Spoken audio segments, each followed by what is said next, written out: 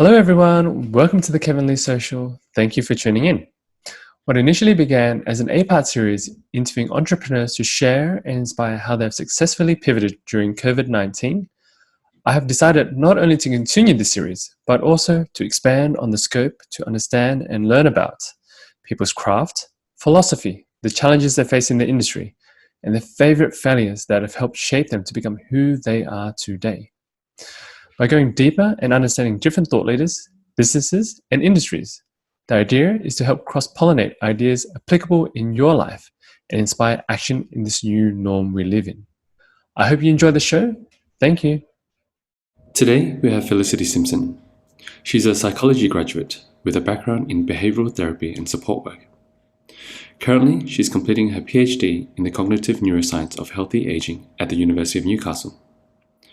Her research is looking at modifiable factors, including nutrition, exercise, and sleep on the brain cognitive aging.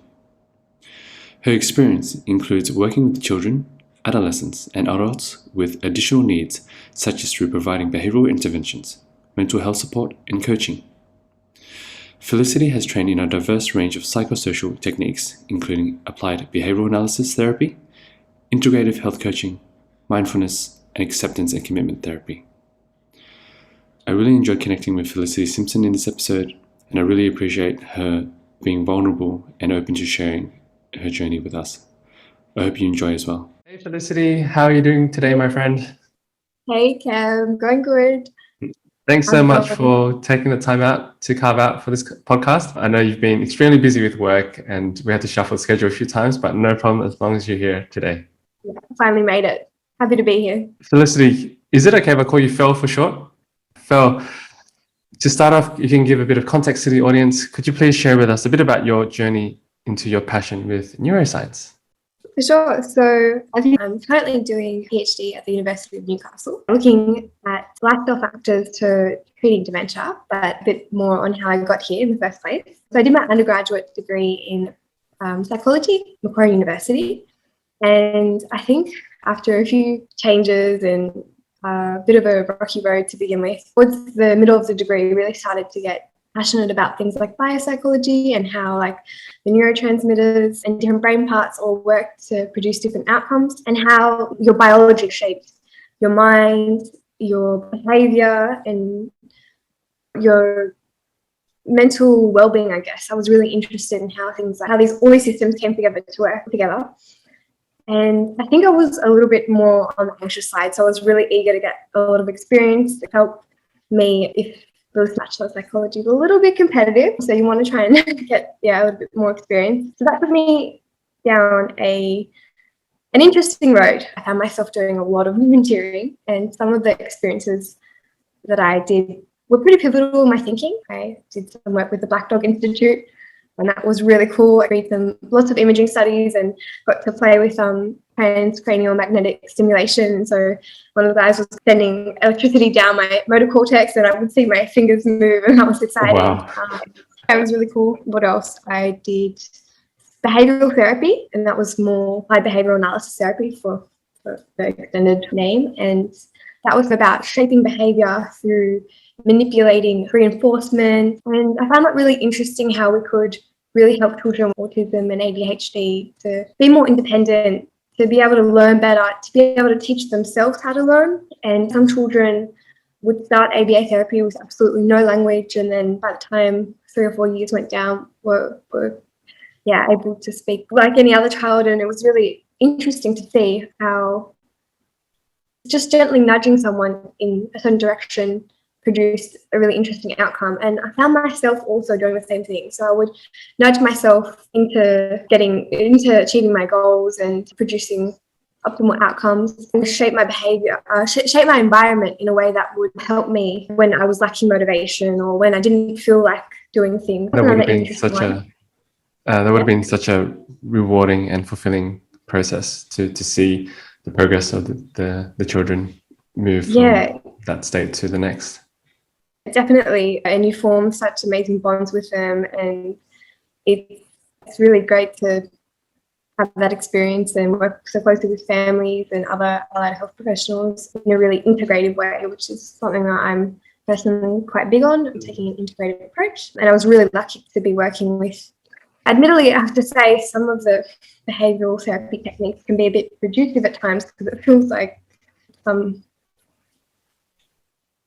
it can feel a bit like dog training, but I was really lucky to be in a high quality sort of clinic that really considered children as a person. Probably that's a different conversation for another day. I know that ABA therapy is a little bit contentious in the disability field, and I'm mindful that maybe it's not the right approach for everyone as well.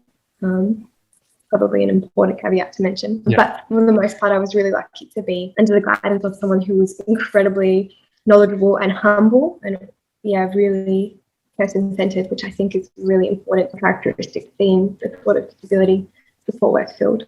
And then there was one other pretty big thing that was influential in my thinking and pivot more towards the neuroscience as opposed to psychology. So another volunteer experience that I had was Pediatric neuropsychology clinic. And to be honest, I'm not sure if it was an internship or just complete exploitation. So, you know what, after, I guess, the effect that it's had on my life, perhaps I should be a little bit more grateful, I guess. But I went to a clinic and they would expand. And so what they wanted to do was write a few books, and my boss wanted to write a book on neuroenhancement. So to all the interns, like, pick a subject and you can do whatever you like. And we're all going to write a chapter each, and then I'll get you guys published. And I was like, in second year of psychology, I was like, application, like, oh my God. And so I dedicated all my Saturdays for like 1 year driving out to the eastern suburbs in Sydney. And oh wow, it was good. But I chose nutrition and nootropics, and what I learned basically blew my mind. I could not comprehend how influential food and minerals and vitamins and nutrients were on the brain, how they impact gut health, immune health, inflammation. And I just couldn't quite grasp why I wasn't being taught this in my psychology degree. Like, it just blew my mind.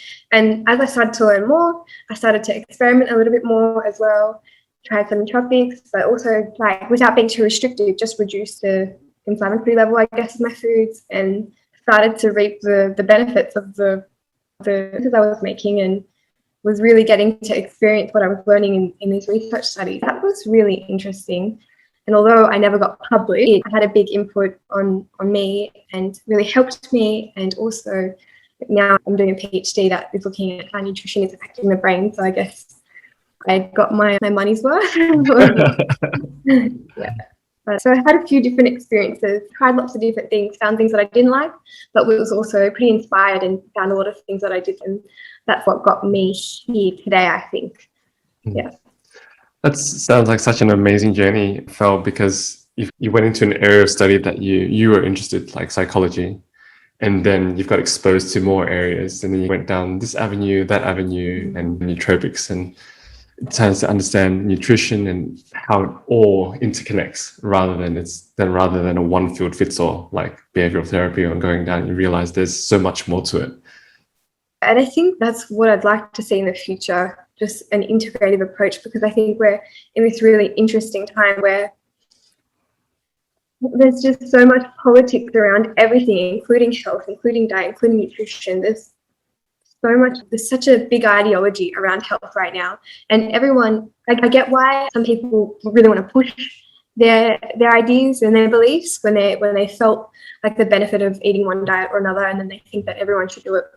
I don't think that there's no diet, no meditation, no drug is a panacea to deal with the mental health epidemic that we're in right now. I think that a little bit of all of these different tools are useful, but we're in an interesting time where everyone wants to push this one way to solve all the world's problems, but I think that's either the way forward. I think you also touched on a very important point as well, that mental health is a big issue, but you can't tackle mental health with just the mental side. You have to dip into what you said in terms of biology and physiology to help treat, versus just working on the mental side only, I think is what gives a lot of your study and your work a lot of credit there.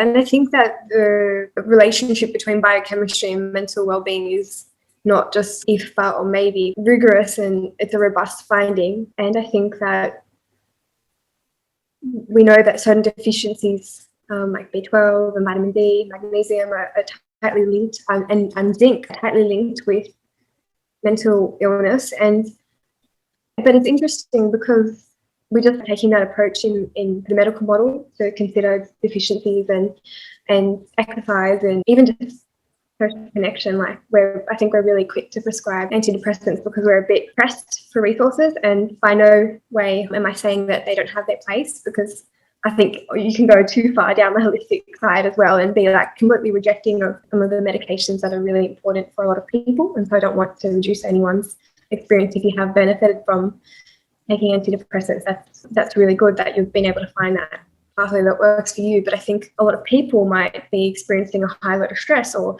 a traumatic life event or something that happened in their childhood, and sometimes we're looking for band-aid solutions that don't actually have a prolonged effect. And you see people that just constantly go down this pathway and spend a long time suffering when what they really just need is someone to hold space for them, someone to help them work through their issues. And yeah, going back to what I was saying before about everyone being so eager to fix and heal, and I think that the worst thing that you can do when someone is just opening up to you about where they're at and what's going on for them is tell them like, hey Kev, have you tried meditation? I get it. I think you're a meditator, right? Yeah, yes.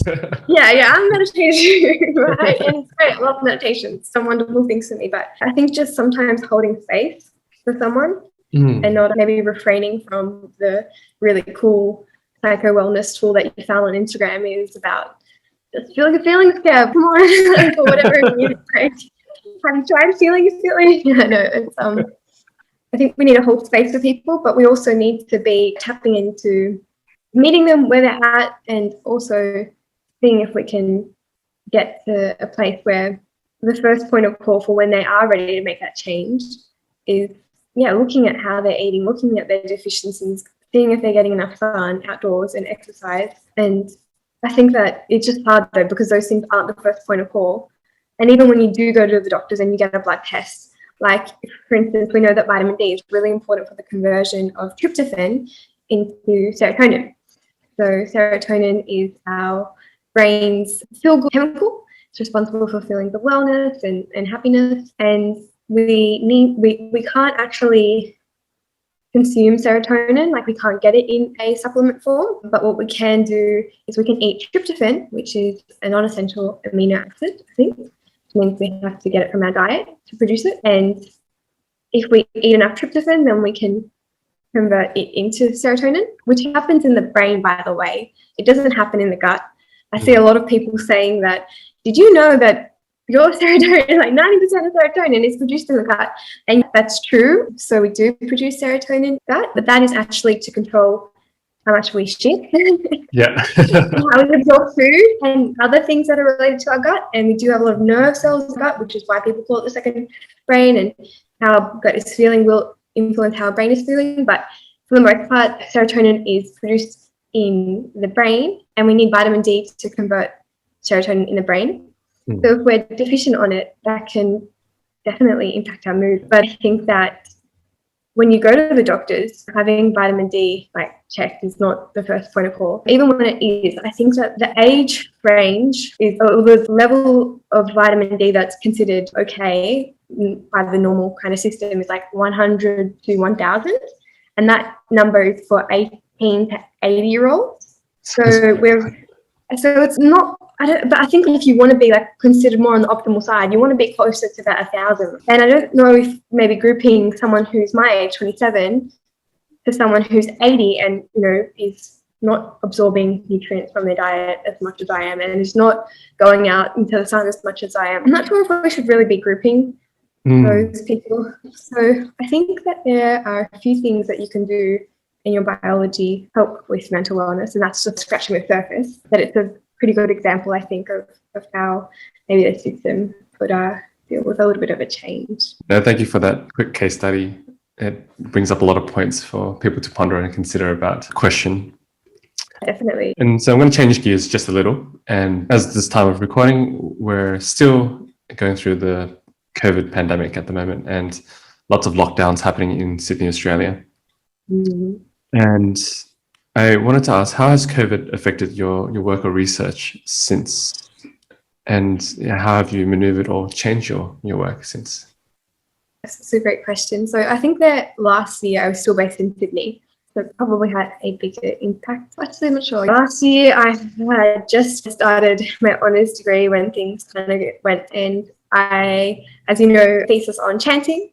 And so I had all these really cool ideas about how I wanted to measure the physiology of chanting. So for people that don't know, and I'm sure we'll get into it in a little bit, but chanting is basically a form of vocal meditation where you're focusing on a sound or a phrase. In my experiment, we used the sound, and I worked under someone called Gemma Perry, who's really leading that research in Australia. She was a really great role model for me, and we had some pretty cool ideas about how to maybe track heart rate or see if people were synchronizing and stuff like that, but we had to move it online. It was cool though, because the meditation literature is floating at the moment, and there had been lots of online mindfulness apps and things to that effect, but nothing really looking at chanting. So we did the first ever online chanting experiment.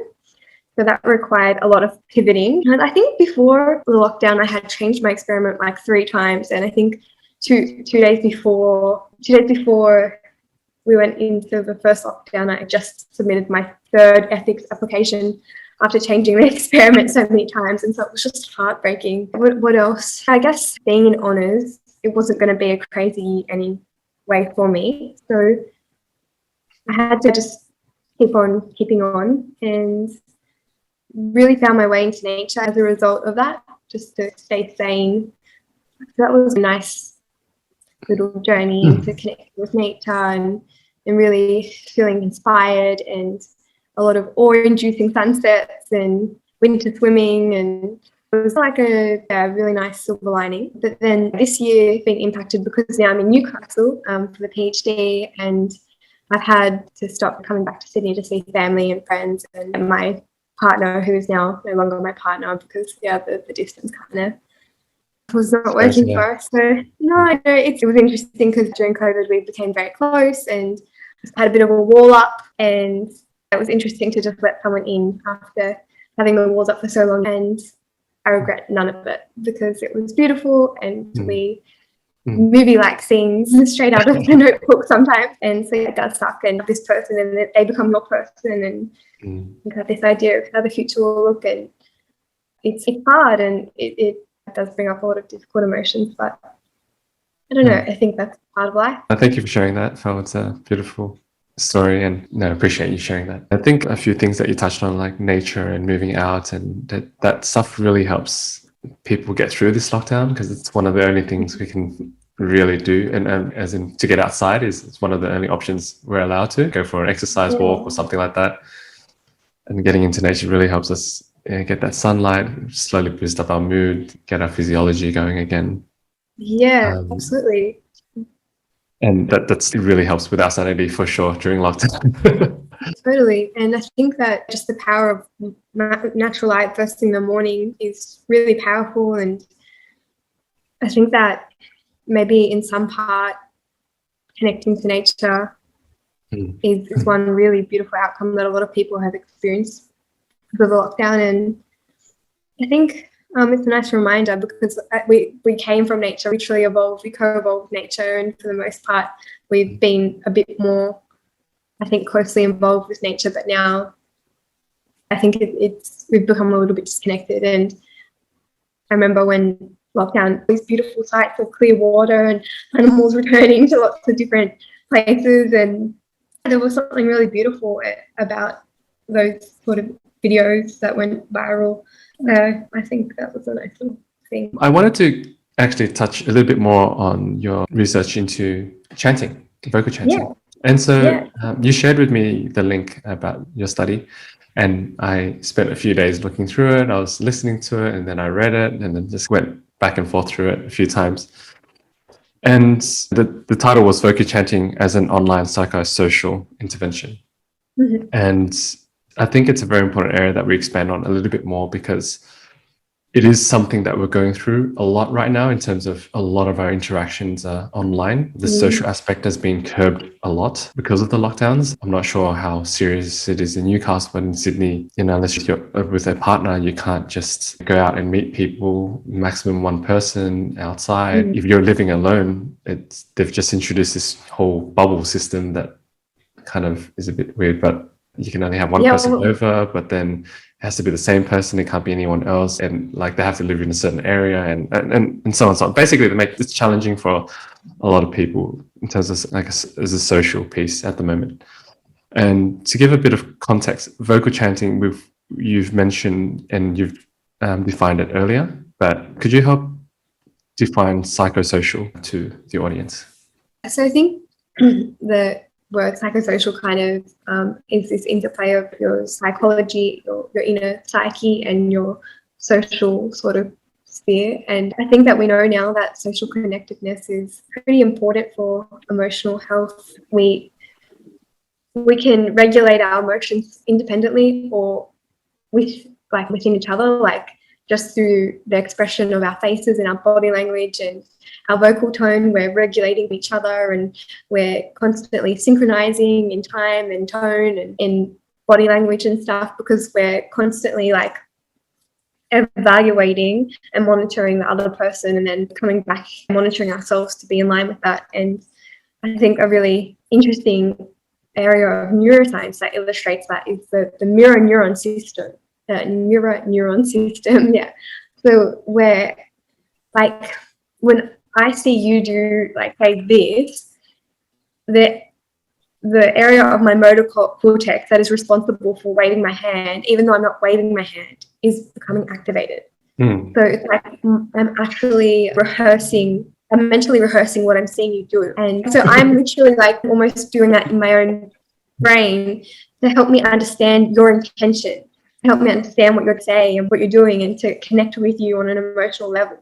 And I think that this is the byproduct of the fact that we have evolved as a species, as social beings, and that allowed us to really keep ahead from many other primates and evolve a brain that allows for higher order thinking and more complex thought, because as we were engaging in more intricate social sort of relationships, we required more cortical real estate designated to that sort of monitoring of how many people in your tribe and who's where and what's the order and what the different roles will people play. I think that they call it the social brain hypothesis, that this kind of social intricate nature of our primates allowed us to really evolve our brain and grow our brain. I think that for the longest time, I guess, a lot of the synchronistic behaviors like singing and dancing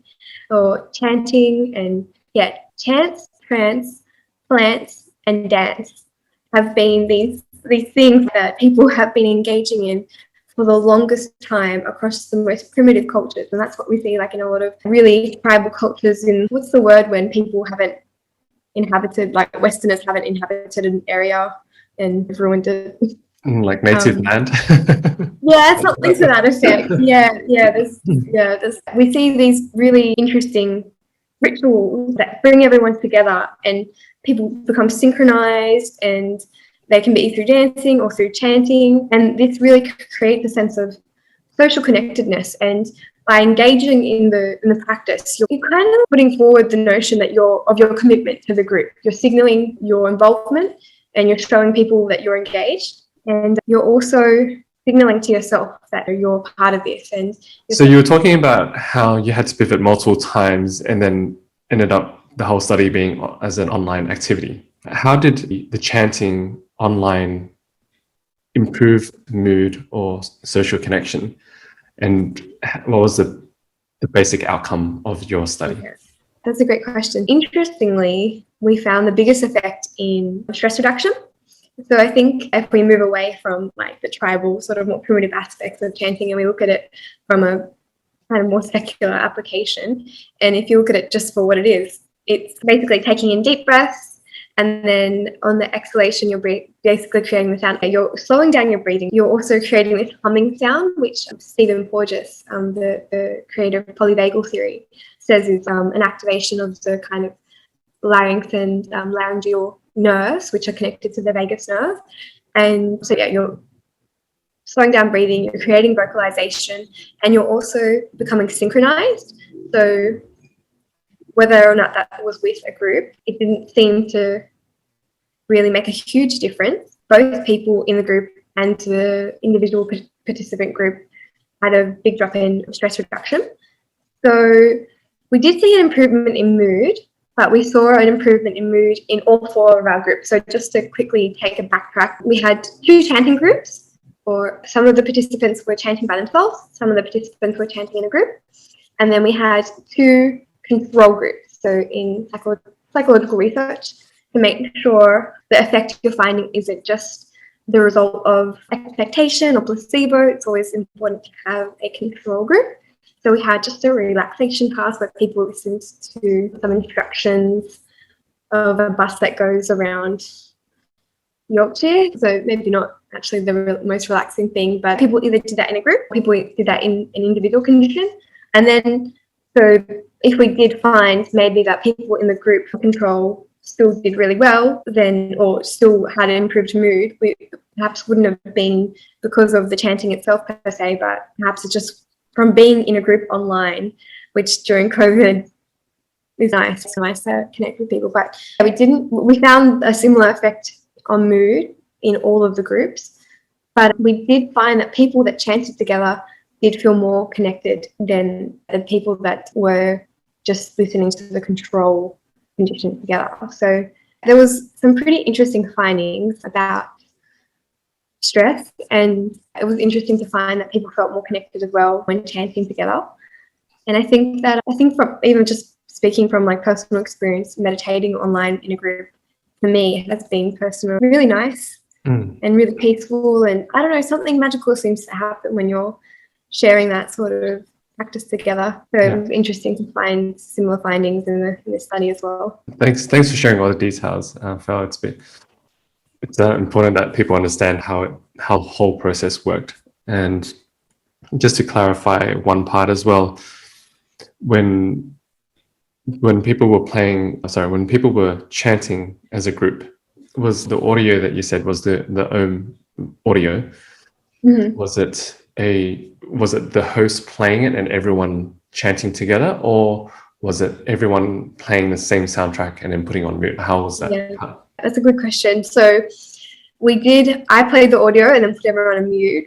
So we did a pilot study and we tried to get everyone to chant together, and we just couldn't get it to work. It was horrible, but we would have loved to have had that sort of live stream synchronization, because I guess something that I hadn't really mentioned up until now is that synchronization seems to be benefiting a lot of different psychosocial outcomes like mood and social connectedness, and it even has been found to improve prosocial behavior. So people that, like, if there was studies done where the experimenter is pretending to be another participant and kind of mimics the participant, and like then the participant is more inclined to donate money to the person that's synchronized to them as opposed to asynchronized, which is, I think, coming back to that mirror neuron system and how we understand other people's intentionality. If they're acting in a way that's similar to us, we understand them better because we don't have to put so much attentional resources to try and understand their intention. But we also,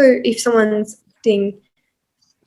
you're synchronized with someone, they think you are more similar to them. And from an evolutionary standpoint, I guess similarity equals familiarity, and that kind of signals safety to us. So a simple exercise that people could do as a group or at home with their network is to play that, to find like an Om YouTube link or something that is on repeat, and if they share it with the group, everyone plays it via video and just keep it on mute for 10 minutes or something like that. That'll be quite beneficial for a social group.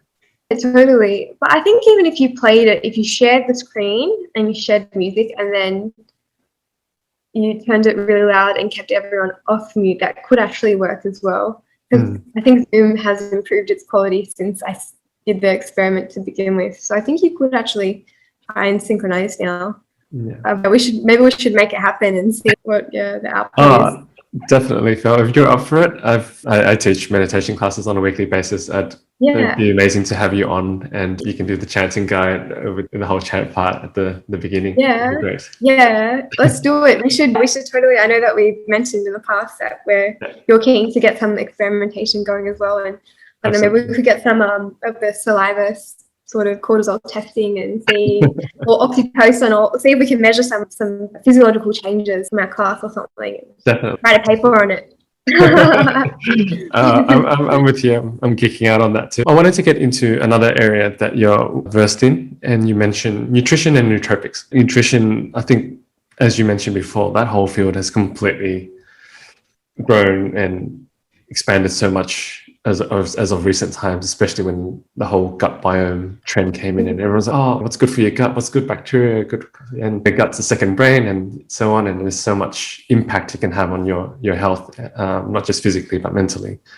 Yeah. And nootropics also another thing. Correct me if I'm wrong. Nootropics is another term for essentially like a brain drug in a sense, but most of them are legal and not invasive.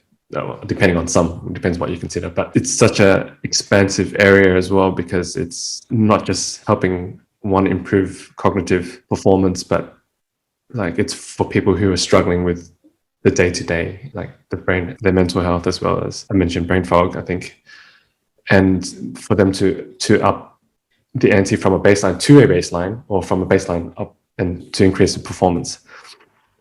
And that whole field has so much advice and information out there. It's like internet walls, left, right, center. This is good for you, that's good for you.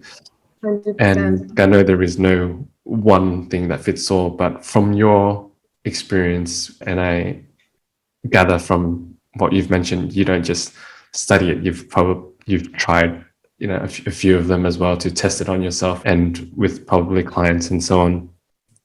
What have you seen works best in terms of for nutrition as well as nootropics? And I know it's a big question to ask, so I'll leave it to you to go down a particular niche or rabbit hole or field, wherever you like to go. Cool, awesome. So I think that the biggest thing that I've found is to probably focus more on nutrition as opposed to nootropics. I think that when I first started, I was super interested in a lot of nootropics and took quite a few things, but realized that it doesn't matter how many nootropics you take, as long as you don't get the baseline right with your food, I think don't turn out too well.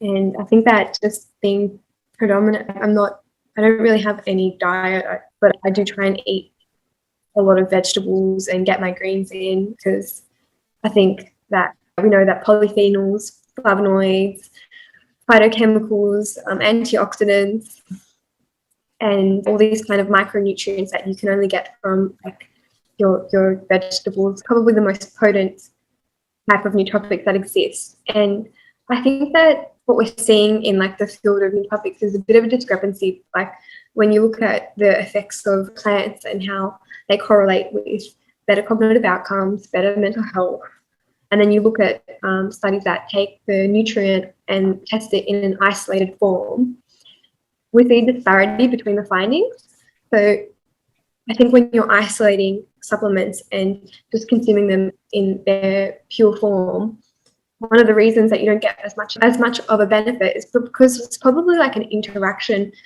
of different micronutrients working together to enhance brain function.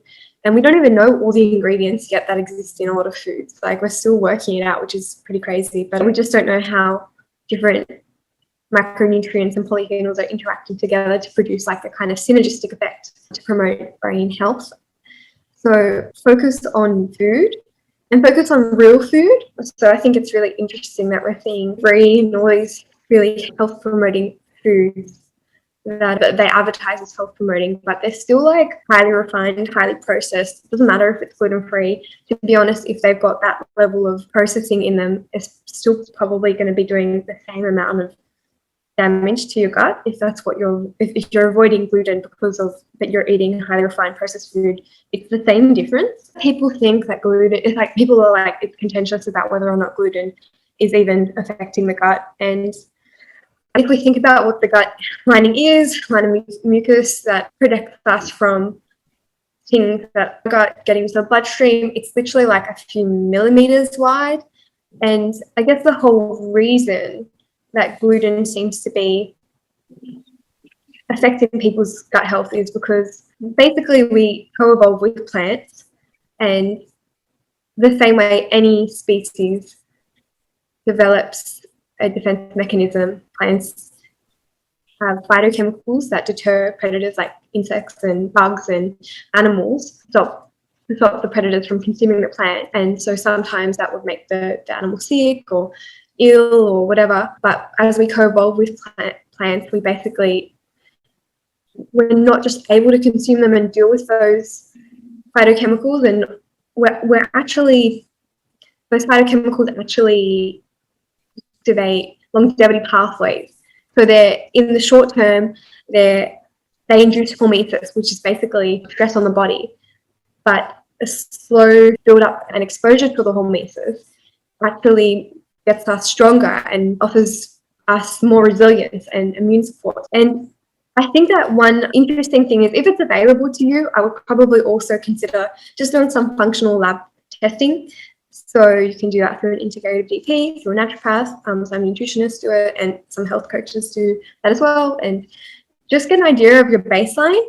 There's not really any point in taking a multivitamin if you don't need to. There's some pretty grand scale studies at the moment that have found contentious findings about whether or not vitamin supplementation or mineral supplementation has any benefit. But what they do is they put thousands of people, some with deficiencies and some without deficiencies, into one group, and then give them a supplement, and then like struggle to see an effect because only some of those people are benefiting. But it doesn't really make sense to group everyone. Then some studies will give someone a supplement without starting to measure their baseline or checking to see where they're at after their experiment. And we also know that people have different levels of absorption, and not everyone's going to absorb something in the same way. So check out where you're at, get a baseline. If you want to manage something, you need to measure it. So if you're not working out where you're at, there's not really any point wasting your money on supplementation. So I think get a baseline, work out where you're at. If you want to manage something, you need to measure it, and also maybe slow down and check in with where you're at. Like, I think our bodies give us so many different internal signals. Like, for instance, I can get a gist for when I'm low on iron. I seem to always be a little bit low. But when I'm getting fatigued, that's a good signal to me that perhaps something's wrong there. Or when I go winter swimming in the ocean, and if I'm taking a really long time to warm up, perhaps like I'm low on iron, or I might be like having some hormonal stuff, so I can check in with myself there, because I notice myself not heating up. We're warm-blooded mammals, so we should be able to warm ourselves up quite quickly. And so with my nails, like, I can tell that I'm pretty good on zinc because they're not brittle at the moment and I don't have any white spots. And what else? Like, I think my protein consumption is good because I'm falling asleep within 10 minutes. So if I wasn't, perhaps I'd be low on tryptophan. And tryptophan, as I mentioned before, gets converted to serotonin, which gets converted to melatonin, which is our body's sleep hormone. What else? Basically, what I'm trying to get at is, on one hand, I think that functional lab testing is the way of the future. But on the other hand, as I mentioned, I've worked with disability, and I worked with people that come from lower socioeconomic statuses, and I understand that not everyone can afford these things, and unfortunately we're not at a sort of point in time where we can get the right tests done, which is difficult. But if you slow down and you listen to your body, there are lots of signals that you can actually find to get a gist of where you're at. And another big one is, I'm going to say it, is poo. Like, look at your poo. If it's floating, you might be experiencing malabsorption. If it's not a medium dark brown color, then again, maybe you're deficient in something. If you're experiencing a lot of gas, then perhaps you're not breaking down your food properly. If you're experiencing acid reflux, perhaps you're too stressed and you're not able to get out of fight or flight and into rest and digest when your body's able to prioritize creating bile and digestive enzymes that are responsible for breaking down the food, hence the acid reflux. So there's basically like a lot of different signals that you can look out for, but I think we're so fast paced and people want to take the easy way out, not because we're lazy, but because we're loss averse and we're always trying to conserve our energy. So if an easier option is made available to humans, we try to reduce our output. And if you're constantly bombarded with this message of this one product will fix you, then of course you're inclined to buy it and take the easy way out. But often we're so concerned about what we can put into our bodies to fix it that maybe we're missing that there's something we actually need to maybe keep out. And I think fasting is a really useful tool as well, if that's available to you. And I don't think that everyone should be fasting, while the science is pretty incredible about the wonders that it can do for you and how it can promote autophagy and mitochondria biogenesis, which is basically our health powerhouse. And I also want to acknowledge that there's a lot of people out there that shouldn't be fasting, which is never really spoken about in the biohacking sphere. People that have had disordered eating patterns in the past should really not be fasting, but no one ever says that, because if you have had a bad relationship with food, in a sneaky way that can pop back into that pattern, and we need to be mindful of that before we, as biohackers, continue to send this message of fasting so good, fasting so good. Also, if you're like a mum of three, or you're CEO of a business and you're constantly in fight or flight and you're constantly increasing glucocorticoids, which is basically cortisol releasing glucose, it doesn't matter if you haven't had anything to eat all day, your excessive cortisol levels in your body are actually going to be signaling to your body to release glucose. So cortisol helps us mobilize glucose, because when we're in fight or flight and we feel the need to run from a bear or whatever, maybe you've got a deadline that feels like it's a bear, your body wants to get glucose to your muscles so that you can run or fight or do whatever you need to. So even if you're not eating, you're still spiking your glucose levels. And one of the best ways that we know can reduce cortisol is carbohydrates. So that makes a bit of sense, but I think, again, I'm a bit off on a tangent. No. You've given us so many gold nuggets and takeaway points. It's incredible. Thank you, Phil. That was definitely worth re-listening to, guys. Check it out again, part by part, and then break it down, all the notes down. There's plenty of tips there from Phil. And I wanted to ask you one question about testing. You mentioned integrated health therapists. I think that's what you said, about getting tests done to formalize that baseline or see what you need. Is there a particular test that people can go for, or is it something you consult with them first and they go, okay, let's start with X? So it's a great question. It's something that I'm doing some training in now through the Integrative Health Practitioner course run by Stephen Cabral, because I believe in it, but I think you hit it on the nail with it's something you want to consult with a practitioner. You want to express your symptoms and get a gist of what's going on from there, and they can best guide you depending on what symptoms you're experiencing. There's a few things that you can do if you're fatigued. I think some of the big ones are B12, B6, zinc, magnesium. Those seem to be pretty prominent issues that a lot of people are dealing with. You can do like microbiome mapping, which is an interesting one. It tells you there's two ways to approach microbiome mapping. One is like a comprehensive sort of guide of all of this, or almost all of the species that are available to you, which isn't actually the most informative if you've got an issue. But then there's one that kind of looks more at the important sort of species for breaking down different food groups and the healthy sort of microbiome species. And I think there are a few different types of practitioners that can support you through that. And then you can change your diet and adhere to different sort of supplements depending on that. And if you did have gut stuff going on, I think that probiotics is a pretty good one that most people can use. Digestive enzymes are a pretty good one as well, because it's interesting. They help you break down your food, and that gives you more energy to reallocate to other things, because breaking down your food it takes a lot of your calories just to break down your own food. And if you're for some reason not able to break down your food properly, that can really slow down all of your systems. So I think it's interesting in like Chinese medicine, we often think about blocked energy centers, and everyone's heard of like, your head chakra, your throat chakra, and your sacral chakra and everything. And I think people often make fun of them like woo-woo topics. But if you think about it, if you've got blocked energy in your digestive tract, like you're actually not able to break down food efficiently because of you're lacking maybe the digestive enzymes or whatever, then if you're not able to break them down as efficiently, then you're not able to absorb them efficiently, which means you're not able to get the precursors to your brain as efficiently, which means you're slowing down your neurotransmitter production.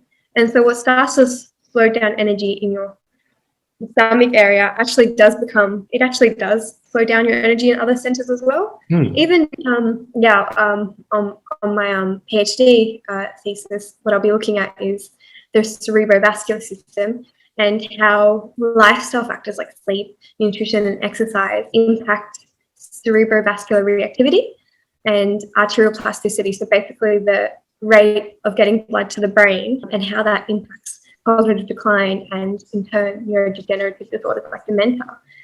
And what we're finding is how blood gets to the brain is really important for cognition. So if you think about it, if you're engaging in activities that are stiffening the artery, then that actually is impacting the energy flow to and from your brain, which is impacting the energy in your brain. So I just think it's really nice to see like this intersection of like spiritual kind of concepts with science, because for the longest time they've been divided. But the more I learn about neuroscience, neurobiology, neuroendocrinology, the more I'm seeing the utility in a lot of these alternative kind of concepts and the theory and ideologies that work as their framework, I think. So, yeah, it's really interesting. I think it's beautiful that you're open to the spiritual practices and that you're able to bridge or find commonalities between the two studies of science and spirituality. And I think that's amazing that you're open to it and that you're going down into both sides to understand as a more of a holistic, I guess, integrative standpoint. I think I hope to see this become more of a mainstream sort of approach, but we'll see how we go. Thank you. Now let's move on to your morning or evening routines. Do you have any particular routines? And it could be related to exercise or supplementation or nutrition, anything that you want to go down for morning and evening. For sure. I try to wake up most days and get some lemon and ginger into my body. Like one of my aunties would say, you got to let go of what you don't need before you put in food and calories and nutrients. So I like to get some lemon and ginger to help me detox. And then I like to get to the beach and try to get the sunrise in, try to get that sort of 10 minutes of blue light exposure, which is the most powerful form, different types of light forms, and really activates the circadian rhythms, which we know when you say circadian rhythm is in harmony, your biology is in harmony, and pretty much every single organ in our body has its own circadian rhythm, but natural light is like the activator to all of those other systems. I like to do that. When you wake up, your melatonin is still the first hour, it's still on the downward trajectory. And I think that even in the first hour of waking, you're still not quite at the point of efficient glucose absorption. So because of the melatonin and sort of insulin are kind of like inverse to each other. So while you're still waking up, I think it's good to just leave the first hour with not eating. Because the way that, just to give a quick recap, the way that our body works, when we eat something that has glucose in it, so like carbs or pretty much anything, we release insulin from our pancreas so that our muscles, and the insulin signals to our muscles to absorb the glucose so that it can be utilized and help us create energy and movement in our body. But that process is still warming up first thing in the morning, so I try to avoid caffeine and food for the first hour. And then it's a bit of a free-for-all. I do like to exercise in the mornings and go to a movement class. I started training at a movement class, which is like a nice, a bit more. In the past I had done a Brazilian Jiu-Jitsu and that was great, and some CrossFit, but I think movement is more about mobility and longevity and functional sort of stuff. I've been enjoying that, but I can't always get to that in the morning, so sometimes I do that at night as well. Yeah. But it is a non-negotiable for me to get that exercise in, because we know that exercise and its effect, the way it creates growth factors in the brain, like brain-derived neurotrophic factor, and the way it increases cerebral blood flow and pretty much enhances nutrient absorption. It's just incredible. Exercise is really medicine for me. As you can see, I'm very high energy and always on. So I think exercise is neuroprotective. Think of it like a shield for your brain. And then, of course, the other non-negotiable thing for me is meditation, which the cliche thing is, it is exercise for your brain. And you can think of your brain like a muscle. The more you exercise it with meditation, the stronger it gets. I'm loving all of this, and I'm lapping it all up. You mentioned meditation. What kind of practice do you do for meditation? Or sure. So someone who's been pretty influential on my meditation journey has been Sam Harris. So I really enjoy using the Waking app, and I guess the other form that's been pretty pivotal in my journey has been mindfulness meditation. So I've done a few retreats and pursuing mindfulness teacher training through Mindfulness Training Institute Australia, MTIA, who also goes through the name Open Ground, I think. So sometimes just do some mindfulness meditation. We start with a light scan through the body, listen to the sounds, temperature of my skin, and the breath, heavily focus on the breath, I think is a big one for me. And sometimes I'll use heart math biofeedback. I haven't used, but I don't know, I get mixed signals from that, so I haven't really been using that. But I do enjoy the biofeedback, breathing stuff with heart math, and synchronizing the breath with the heart rhythm, I think has been a useful tool to help me get the most out of my day. And is that device that measures your brain-heart coherence? I should get it, and I should just show you quickly. Maybe at the end I'll pop it on. I can show you what it looks like. But one other thing that actually comes to mind, probably more so towards the night if I'm doing meditation, is just like ritual. So I think I touched on it a little bit before with chanting, but sometimes I like to use things like incense and sage and Palo Santo and nice smelly things, aromatherapy things. I find setting an intention can be really powerful, and I get how these things can feel pseudoscience-y, but I think even if you take a completely secular approach to ritual and intention. So I think that basically, to take a deep dive onto a different topic, but I promise I'm coming back. Okay. So there's this really interesting theory in computational neuroscience, or cognitive neuroscience, I should say, that kind of suggests that the brain is a prediction engine machine, or a Bayesian inference machine. And so basically Thomas Bayes was a mathematician who came up with this equation or thing called Bayes' theorem, basically an algorithm based on probabilities. And someone has taken this theory and applied it to the brain. And basically what the notion of this theory is that at any given time we're making predictions about what we would expect in our environment. And what we actually experience isn't just a matter of sensory input, but it's actually a combination of our prior expectations or beliefs about what the world should be in combination with what we're experiencing from the environment. So from an evolutionary standpoint, I guess it makes a lot of sense to be conservative with your, it means you can save cognitive resources if you're not constantly needing to check in to make sure that the wall behind you isn't folding in on you, because I have an internal representation or an internal model of what reality is, that walls are stable, that there's gravity and I will stay in my seat, that when I get on an escalator, it's going to push me up, right? But then out of nowhere, the escalator's broken, right? And for a brief moment, your world's what's going on, what's happening with the escalator. My best friend who's in law, working as a law manager, came up with this, and I explained it to her, and I'm so proud of her. But it totally makes sense. And what that is called in this theory, in the Bayesian theory, it's called a prediction error, right? So when the sensory input doesn't match your prior belief, you go through this thing called prediction error. And if the weighting or the emotional valence of the prediction error is high enough, you will need to update the internal representation of what reality is. And one of the reasons that they say motivating this constant prediction or expectation of what you're going to experience is to reduce uncertainty. So in a world where we're always dealing with so much uncertainty, even just driving a car, like humans were not made for driving cars. We were not made to drive at that speed. And you can see, like, when we're in a car crash, that's why we don't survive, because our biology is not made for driving. And when we're literally driving, when we're actually still, we're taking in 10,000 bits of information per second, and we're conscious of 10 bits of those 10 bits of information, or like 0.1%, is in our conscious mind. And when we're driving, that is increased by 30-fold. So there's so much uncertainty, and we literally not constantly evaluate what we're experiencing in our environment. So as a result, we create this internal representation. And I think that, to bring it back to why I think ritual is so important, at the moment, we are experiencing so much uncertainty, and our little prediction engine brains just can't quite grasp what's going on. And as a result, what we're seeing is massive polarization. People are going left, right, center. People are full of fear.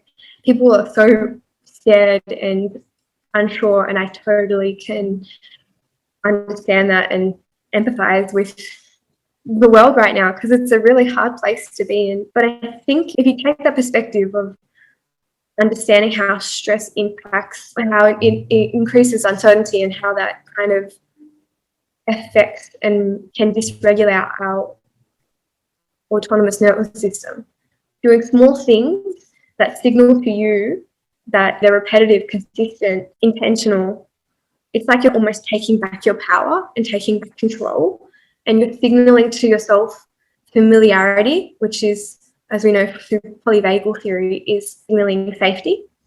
And things like cognitive behavioural therapy, this sort of golden standard of psychology at the moment, it really asks the patients to revisit their thoughts and their belief systems by top-down processes. So critically analysing your own thoughts and deconstructing perhaps negative and not serving beliefs about yourself. But ritual and intention and all these other forms of ceremony, they're bottom-up signalling. So they kind of reach through and above the top-down processes, and they straight to your nervous system and can elicit feelings of calmness and safety. And I think it's small, but I think it should not be understated how useful having a consistent ritual is to your nervous system and to your sense of safety. And that made sense. Well, that is the most incredible explanation I've had for why someone should have a regular routine. That was really great. It absolutely made sense. I'm definitely focused and understanding every part that you're saying, and I couldn't agree more with you. It's absolutely that covers all of that. Do you have a favorite book or particular media that you consume that you'd like to recommend to us? That's such a hard question. I think two things that I'll quickly touch on. A book that's been pretty pivotal in my thinking is the book Lost Connections. I've got it here. Johan Hari. Basically, it's really interesting. He was on the forefront of a group of patients that was first to receive antidepressants, and the narrative that he was enforced because of the sort of social sphere at the time was that he had a broken brain. And he felt like left him in a place where he was only needing to have more and more antidepressants, but always on the trajectory of going downwards and feeling quite helpless, because him having a genetically pre-programmed broken brain really meant that there was nothing that he could do to ensure his own healing. And basically he went on a journey, and he found out that there actually were a lot of things that you could do to promote your own mental wellness, and a lot of them had to do with connecting to other humans, connecting to nature, connecting to yourself and to your own internal system and your signals and your interoception. And it's a powerful story. And he even highlights just how 50% of antidepressants work, but 40% of people taking a sugar pill actually get better as well. What's going on there? The power of the mind is powerful. And does it mean that we should just throw things out that have a placebo effect? No, not necessarily. I think that we should be totally taking advantage of that and working out how we can make the most of placebos. I think before, when we were talking about Nootropics, something that I wanted to mention as well was ashwagandha and adaptogens are powerful stress buffering herbs and they are fucking expensive as well. I know because I'm using some and they're great and whatever, but you can also get ashwagandha in a tea form for $4. And if it's a placebo effect, why wouldn't you be taking advantage of that? So I think that needs to be, perhaps, we need to be more transparent about the effect of the placebo. And I think there are people doing some good work on trying to articulate that message. And I think that it's important for consumers to be aware of the placebo. And I would like to see us work out how we can take advantage of that. I think I have another friend who's doing some work on the placebo at UWS, I think. One other video that I'd like to urge your listeners to have a listen to or view is a speech given by David Foster Wallace. And it was a graduation speech. And basically, he talks about how easy it is to not see the most obvious things that are sometimes there right in front of us.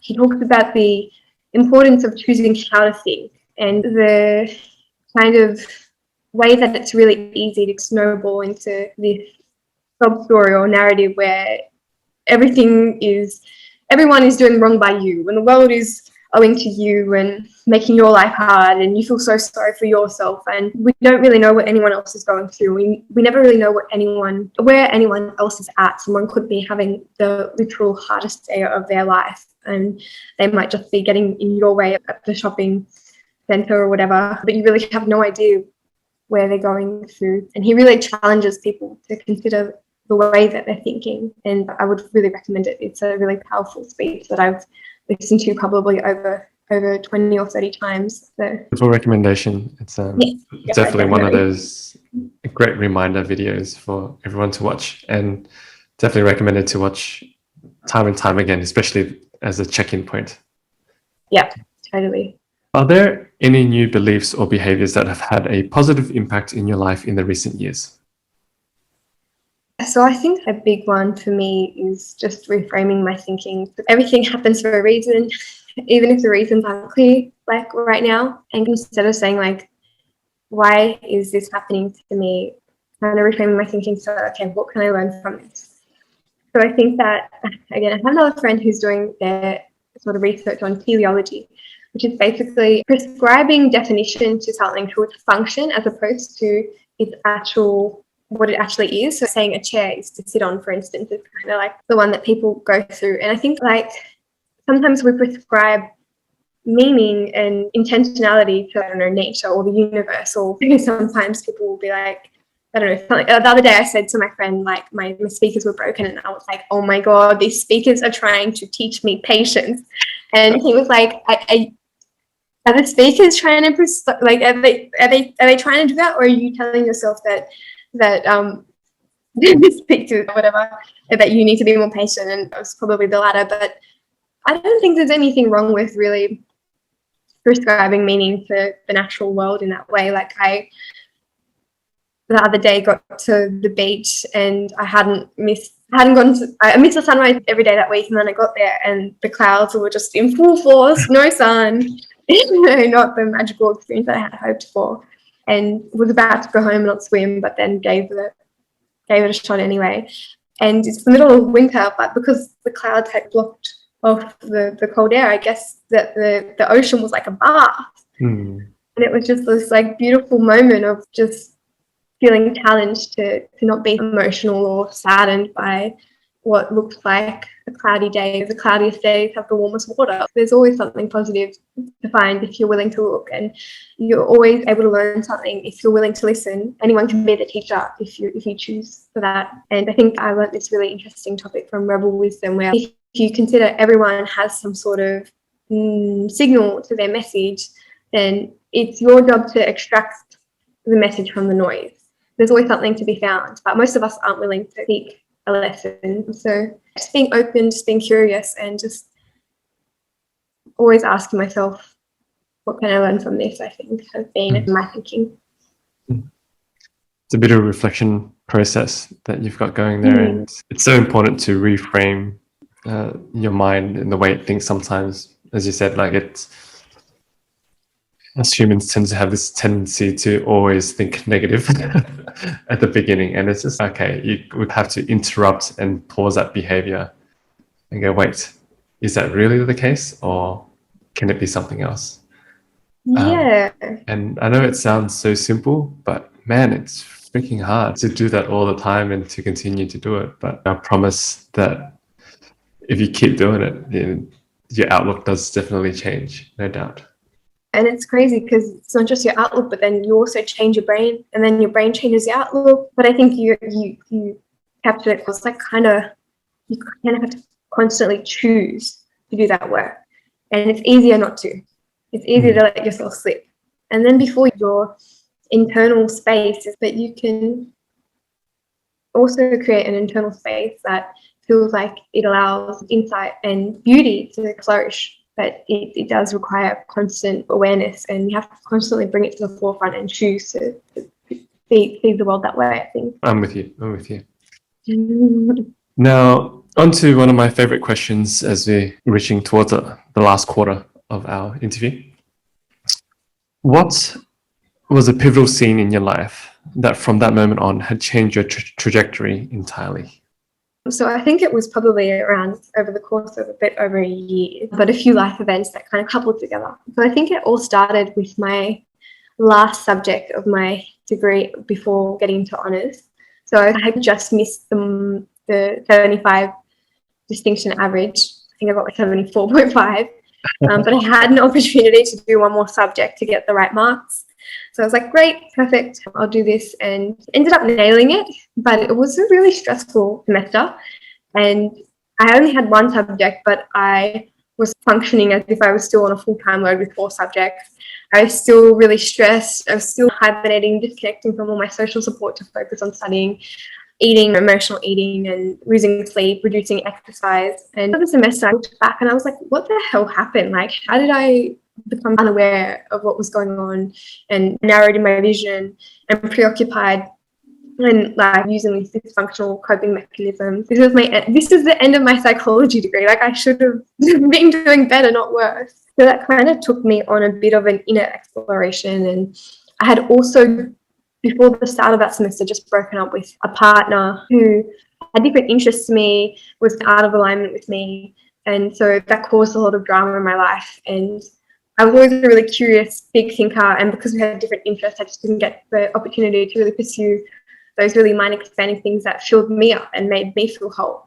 So when we broke up, it was great. I started exploring workshops and conferences, connecting with like-minded people, and really getting into more self-development stuff. And that was a beautiful experience. Went to Bali and started, I think I read The Alchemist, and then I read Eckhart Tolle. It was just like a very expansive moment of my life until I got back into the semester. And then it was like contraction, and just I couldn't quite comprehend the polarity between my two worlds, like getting to this really open minded, almost enlightened space. I felt so insight and so full of love and gratitude, and it was just gone. It was just disintegrated within a few weeks. So I got on to this inner exploration and wanted to understand why everything felt like it crumbled when a little bit of stress turned up in my life. Not just this period, not just this semester, but really my whole undergraduate degree, to be honest. And so that took me on a journey to South America, and I found myself. So I went to a retreat in Peru, in the Amazon, in a small jungle town called Iquitos. And I went to work with some plant medicine with the native indigenous Shipibo people. And that was a really interesting experience. So basically what that involved is I went to Sydney, to New Zealand, to Chile, to Peru, to Lima, to Iquitos in one hit. Then I got onto a boat, and then 2 hours into the Amazon, and then got to this retreat centre. It was quite the journey as well, and all doing this really strict dieta, because they really get you to be mindful about what foods you're putting into your body. So like no sugar, no salt, no alcohol, no sex, no ice, no cold things, no processed things. I don't think any dairy. So you're really on this journey. And then got to the retreat centre, and you speak about a few different things, and then we drank ayahuasca over 4 different occasions in 10 days. And that was a really confronting, intense, euphoric, or inspiring, transcendent experience. Yeah, some days were really beautiful, and some days were really hard. You really see all the different parts of yourself.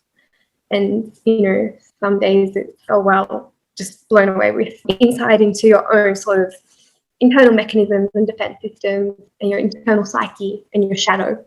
And can be confronting. And for yourself, I personally have never gone through such an experience, but I've had some friends go through it, and for some, a certain message or a certain inspiration that they come out of it and with almost like a revelation for them.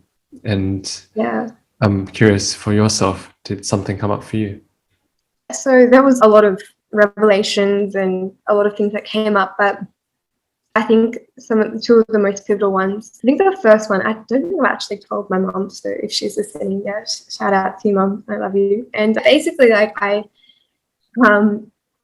I was a bit younger, like I never had a bad relationship with my mom, but I guess we weren't really exactly friends per se, and that always weighed a little bit heavily on me. And I saw my mom aged really like on a fast forward clock and just become really old and shriveled and delicate and fragile, and she was in my arms and I was holding her, and for a brief moment I felt like a lifetime of all her pain and all her suffering, and I was just so overcome with sadness to understand what she had been through, that it was like this bittersweet moment, because even though perhaps I hadn't given this wholehearted love that I could have given to her, it also was like beautiful because it was an opportunity to rekindle that and to offer like a different perspective. And I came back, and I think me and my mum did become friends for the first time ever, so that was quite profound for me and really beautiful. But I think the other message that really came quite loud was this message that you need to let go. Like, you're doing too much, you're too overwhelmed, like your body is tired, just chill the fuck out. So it was just like, oh, okay, cool.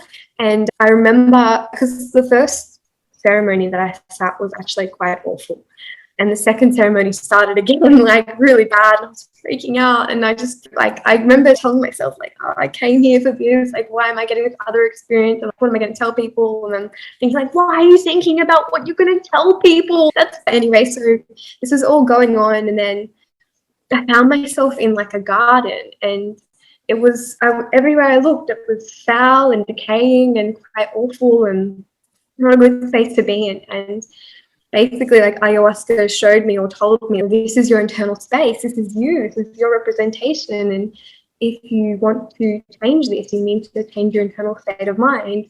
And she showed me how I could change my mind to allow the garden to flourish. And it was honestly like the most beautiful flourishing thing I had ever seen. I was taken back and in tears, and it was just this fertility and this brightness was just so awe-inspiring and just completely transcended. And then I looked towards one side, though, to my right side, and I saw that one section of the garden quite healed, and it was still decaying and foul. And I got this message saying, this is still here with you, though. This part of you is some irreversible damage that you need to go and seek medical advice for.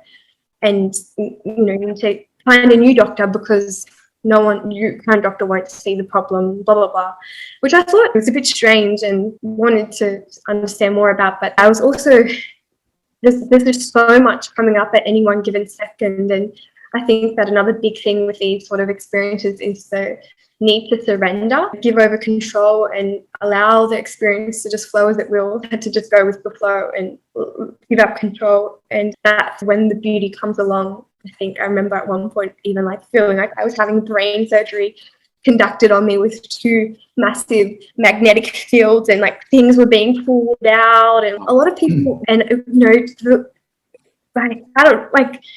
not sign up for brain surgery, and it just happened out of nowhere. But if you try to stop it or contract or take control, that's when things get a bit tricky. So to really let go is hard, but I think that's what you kind of have to do with these experiences.